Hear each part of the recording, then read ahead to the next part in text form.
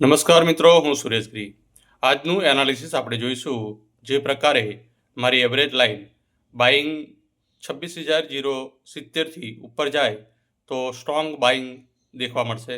કમસે કમ 5 મિનિટની candle closing કરે તો ત્યાંથી બાઇંગ થાય અને બાઇંગ ત્યાંથી ઓછામાં ઓછા 100 પોઈન્ટની મુવમેન્ટ આપણને મળવાની સંભાવના રહેશે.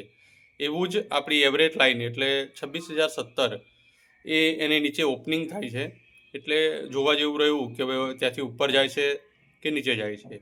નીચે આપણે સેલિંગ જોઈશું તો 25,955ની નીચે સ્ટ્રોંગ સેલિંગ તમને જોવા મળશે અને એ 850થી 700 સુધી જઈ શકે.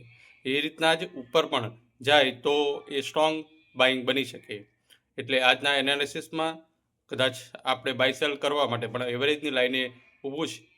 તો મારા હિસાબે એવરેજની લાઈને છે એટલે બંને બાજુ મુવમેન્ટ કરવાના ચાન્સીસ છે. એક્સપાયરી છે એટલે. ઓકે, જય હિન્દ, જય ભારત.